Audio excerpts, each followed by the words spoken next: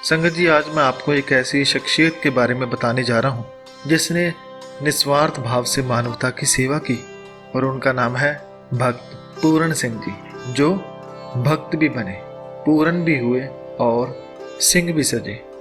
पंजाब के लुधियाना जिले में एक हिंदू धनाढ़ परिवार में पिता छिबूमल और माता मेहताब कौर के घर में पैदा हुए।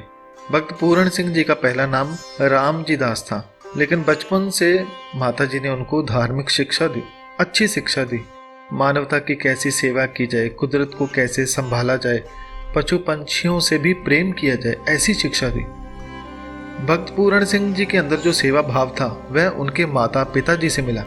उनके माता पिताजी ने 1905 में जब प्लेग फैली और 1913 में जब अकाल पड़ा तो इन्होंने लोगों की दिल खोलकर सेवा की, मगर इस सेवा ने इन्हें बहुत ही नाजुक मोड़ पर लाकर खड़ा कर दिया। एक समय आया, कारोबार ठप हो गया और पिता की मृत्यु हो गई। जैसे तैसे माता ने घरों में काम करके उनकी पढ़ाई जारी रखी, लेकिन बीमारी के कारण माता का भी निधन हो गया।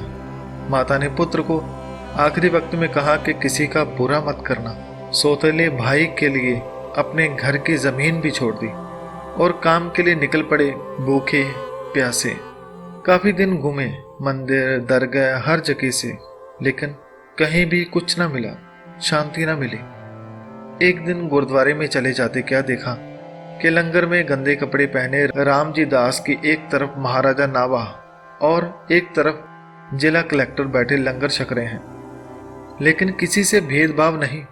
राम जी दास यानी भक्त पूरण सिंह इतने प्रभावित हुए कि गुरुद्वारा साहब में सेवा करने का मन बना लिया और वहां सेवा करने लगे।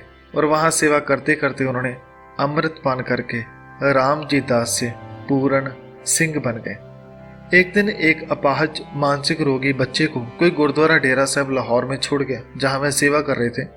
तो गुरुद्वारा के प्रधान ने उसकी सेवा यानी उसको संभालने की सेवा पूरण सिंह को दी और उन्होंने कहा कि आज से इसका ख्याल रखना तुम्हारी जिम्मेदारी है। सरदार पूरण सिंह जी बहुत ही खुश हुए कि गुरु ने मुझे भी सेवा का मौका दिया है। यहीं से उनका जीवन बदल गया।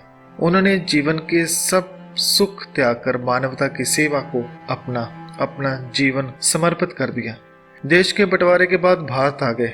जहां से भी कोई लवारिस बेसहारा मिलता उसे ले आते और उसकी सेवा करते। वह निष्काम सेवा करते थे, अर्थात बदले में ना पैसा लेते थे, ना किसी का धर्म बदलते थे। लेकिन अमृतसर शहर के शहरी लोगों ने विकलांगों को गंदा समझकर इसकी शिकायत कलेक्टर से की और इस वजह से भक्त पूरण सिंह को ये जगह खाली करने का हुक्म दे दिया। लेकिन गुरु के सिंह ने हिम्मत नहीं हारी और गुरुद्वारा कमेटी और दानी सज्जनों के सहयोग से थोड़ी जगह ली और शुरू किया पिंगलवाड़ा संस्थान, जो हर बेसहारा का सहारा बन गया। वह ज्यादा पढ़े लिखे नहीं, लेकिन अखबारों किताबें पढ़कर उन्होंने इतना ज्ञान हासिल किया कि उसे देखकर लोग भी हैरान होते थे।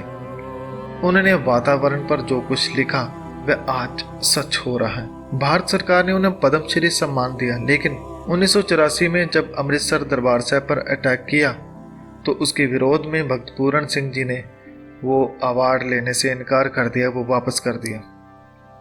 वह कहते थे कि कुदरत को बचाओ, हवा पानी को साफ रखने में मदद करो, पेट्रोल डीजल की कम से कम इस्तेमाल करो ताकि वातावरण को बचाया जा सके, सादा जीवन व्यतीत करो, संयम से जीना सीखो, बरसात में कम से कम एक पेड़ तो जरूर लगाओ और जानवरों पर भी दया करें, उन्हें भी जीने का हक दें। ऐसे महान पुरुष थे भगत जी। उन्होंने सारी उम्र मानवता व कुदरत के लिए सेवा की। आज पिंगलवाड़ा की अनेकों शाखाएं हैं। भारत में भगत जी ऑर्गेनिक खेती के पक्षधर थे।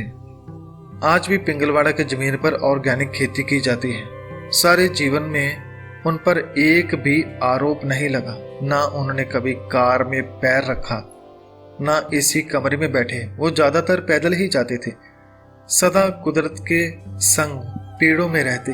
पैदल चलते रास्ते में गंदगी या पत्थर मिलता तो हाथों से उठाकर साइड में कर देते। वह रासायनिक खेती के भी खिलाफ थे। उन्होंने कभी धार्मिक यात्राएं नहीं की, सिर्फ मानवता की सेवा की। बिना धर्म, रंग, नस्ल के भेदभाव के। आज के समाज सेवी और नेता, जनता सबको उनके जीवन से सीखना चाहिए कि भक्त कैसे होते हैं। मैं उनके जीवन और उनके कामों को प्रणाम करता हूं जिन्होंने अपना जीवन मानवता के लेखे लगा दिया। धन्यवाद। वाहिगुरु जी का खालसा, वाहिगुरु जी की फतेह।